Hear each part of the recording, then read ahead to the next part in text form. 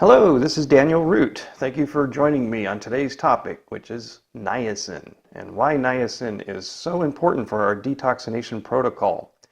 For those of you who are new to detoxination, I'll briefly tell you that there's a problem today with the amount of toxins that our bodies are being inundated with through the air, the water, food, cosmetics, your new clothing, your furniture, anything that's basically been manufactured or even mass produced is going to have some form of toxin that the body is really not able to fully process through the liver and the kidneys. These are fat-soluble or lipophilic toxins, and they tend to be sequestered away in your fat cells if your liver and kidneys are unable to process them into water-soluble toxins. So the detoxination protocol is designed to eliminate these toxins through sweat from sauna, and other toxins will be captured through the GI tract with binders such as activated charcoal, bentonite clay, or zeolite. Now, the reason why it's important to reduce your body burden of these xenobiotics is because of the fact that they are the main cause for most inflammatory, autoimmune, endocrine, neurological, and other degenerative type diseases, including cancers. Our detoxination protocol then is able to help reduce the body burden of these toxins, and niacin is a key component, and it's going to be the topic of today's discussion. Niacin is a vitamin B3. It comes in three different forms. Nicotinic acid, which causes a red flushing of the skin, accompanied by a prickly or itchy sensation. And then there are two other forms that are non-flushing niacin, niacinamide and inositol hexanicotinate. Now, neither one of these can be used on our protocol, and I'll explain why in a little bit. Nicotinic acid is now called niacin because of the confusion with nicotine. There's no relationship between the two. But it comes in three forms as well: immediate release, sustained release, and extended release. And we can only use the immediate release for the protocol. The sustained release is known to be hepatotoxic, which means that it causes liver damage.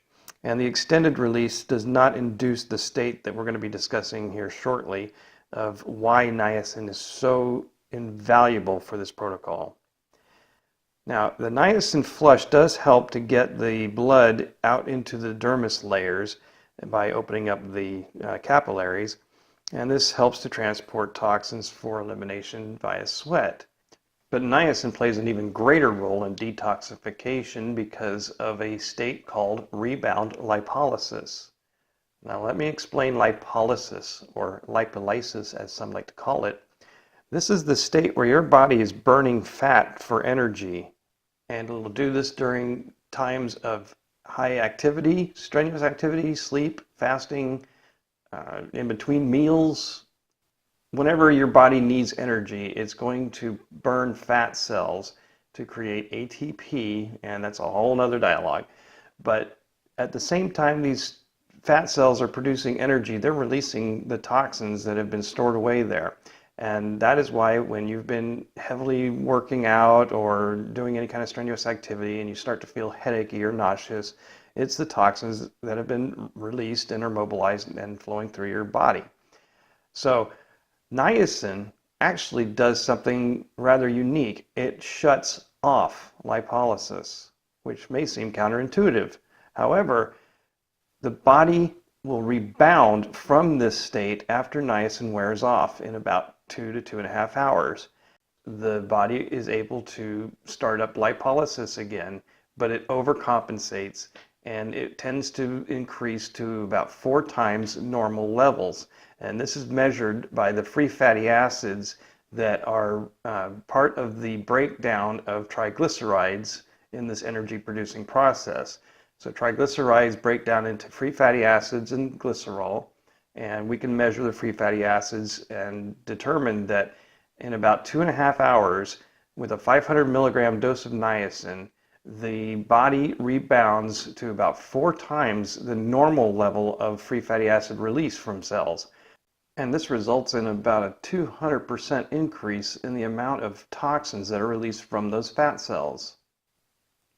Niacin-induced rebound lipolysis is the magic behind detoxination. And once we have these toxins actually mobilized from fat cells, we have you exercise for 20 to 30 minutes to tolerance. And that helps to get blood flowing and pushing these toxins out through to the dermis layers so that we can then put you into a sauna, ideally a far infrared or full spectrum infrared sauna, as Dr. Dietrich Klinghardt has demonstrated that the far infrared saunas are able to produce about 4.3 times more toxins in sweat than a dry or convection sauna, which you can learn more about in my book, Health Controls Wealth, How to Take Control of Both with Detoxination, where I talk about sebaceous sweat versus your regular watery sweat. With that, I'd like to conclude today's episode, and thank you for listening. Have a great day.